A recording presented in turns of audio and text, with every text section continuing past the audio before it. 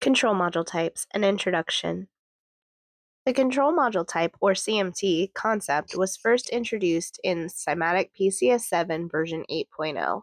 The use of CM technology is applicable from PCS 7 version 8.0 onwards, with specific enhancements and broader support introduced in later versions. This is further supported by the mention of CMT functionality being available since PCS 7 version 9.0 Service Pack 2 in the PCS 7 Water Templates document, which discusses features like type instance behavior and integration with Plant Automation Accelerator. The goal for CMTs within PCS 7 was to improve the standardization of engineering. This would in turn allow for a higher quality, consistency, and efficiency when building and using a PCS 7 multi-project. To try and highlight some of these advantages of using CMTs, first let's take a look at what traditional programming in PCS 7 looks like with CFCs. For this example, we're going to be using two pressure transmitters that will then be used to calculate a differential pressure. The process of using CFCs in PCS 7 is inherently a very manual process. As you can see in the video, in order to make any I/O, even one as simple as this analog input, you still need to go through your catalog and make sure you select the right blocks for your I/O.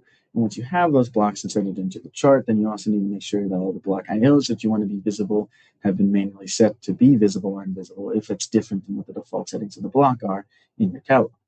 However, once you've finished building out your first chart, if you have any other charts or tags within the project that has similar or almost identical properties as the chart you just built out, you can use that as a template of sorts to copy and paste within the project.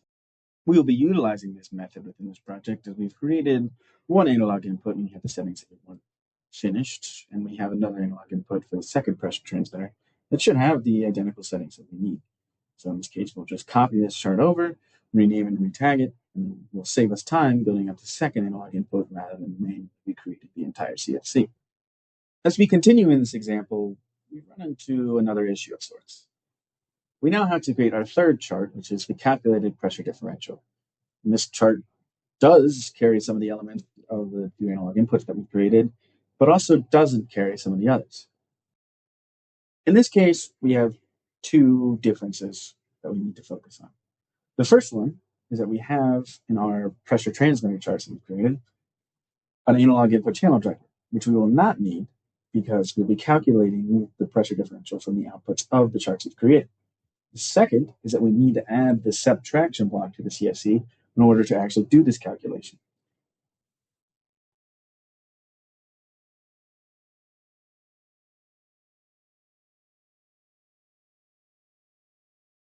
Once you've made these changes, added and removed the blocks that need added and removed, and connected everything that needs connected within the chart, the next step is connecting outside of the chart.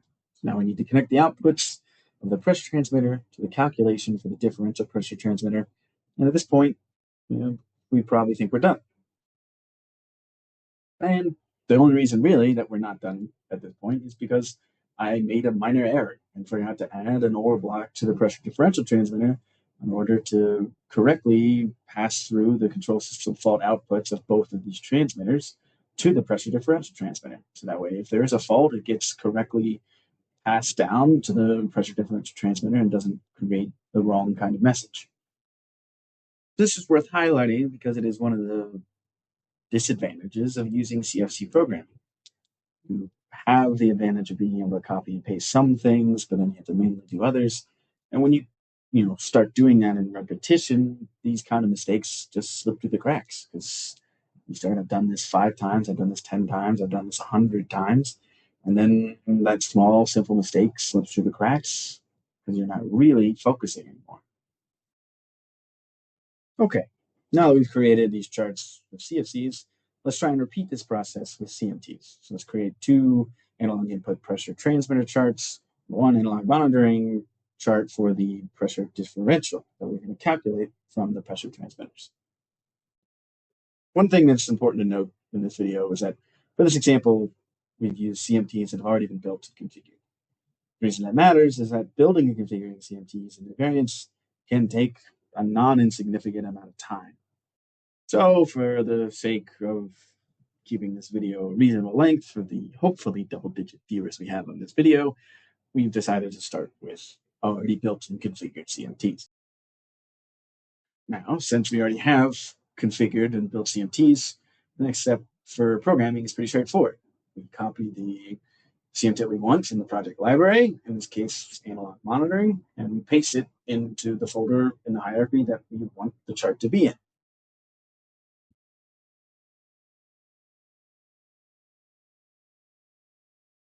Once we paste it in the CMT that we want, we can open it up, and when we do, we'll be greeted with the default view of the CMT. I say default because in this case, we haven't selected any optional variants yet.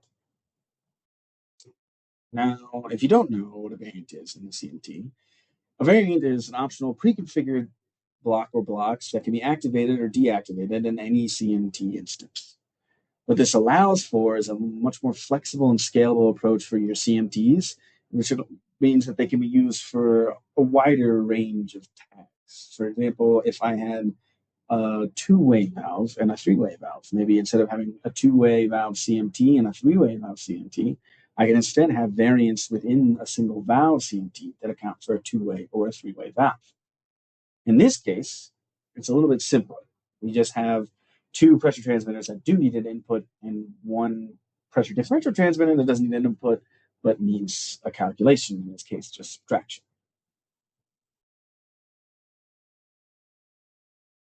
Now that we have our charts input in the project, a variant selected, and the charts configured, now what remains is our inter-chart connections.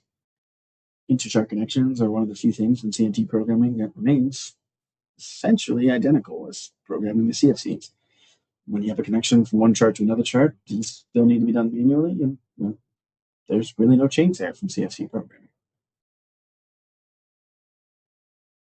Earlier in the video, I mentioned that the goal of CMTs in PCS 7 was to improve the standardization of engineering, and it does so through three main avenues: higher quality, consistency, and efficiency. Variants allow for CMTs to provide a higher quality as they can be used for a wider application of I/O, and it can be done in a very standard and repeatable manner. One of the main ways that CMTs can provide consistency in the PCS7 project is through a tool called synchronization. In order to show how synchronization works and how it can provide consistency in a PCS7 project, we've created an example that we'll follow along to. The example that we used is a fairly straightforward one, but it may be very similar to something that you've used in the past. For this example, we've discovered that one of our CMTs, our PID con-R loop, has been linked wrong. In this case, the output of the input driver has been linked to both the PV input and the set point load of the PID con-R block. Because this issue is in the PID CMT itself, every instance of the PID CMT will have the same issue. If this was a CFC and we had done this similar issue by copying and pasting this, we'd have no choice but to go through every PID chart we can find and manually delete this extra interconnection. Thankfully, with CMTs, we can use a tool called Synchronization that will greatly reduce the amount of time it needs to fix this mistake.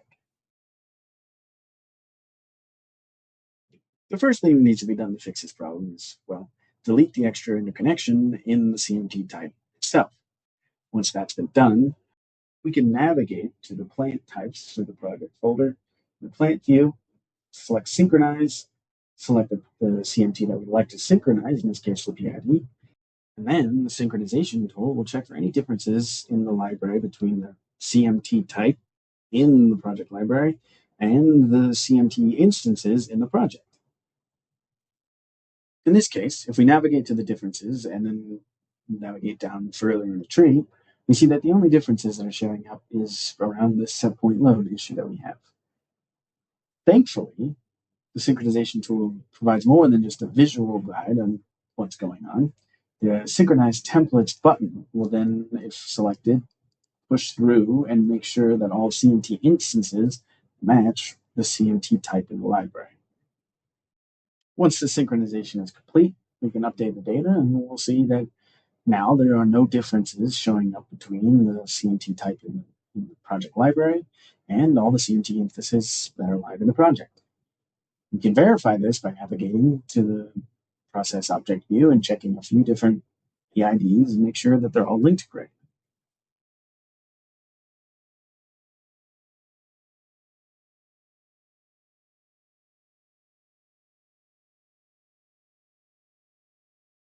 Finally, let's talk about the import tool, which can be used to, unsurprisingly with its name, import large amount of CMTs that can be pre-configured with variance, set points, alarm limits, you name it.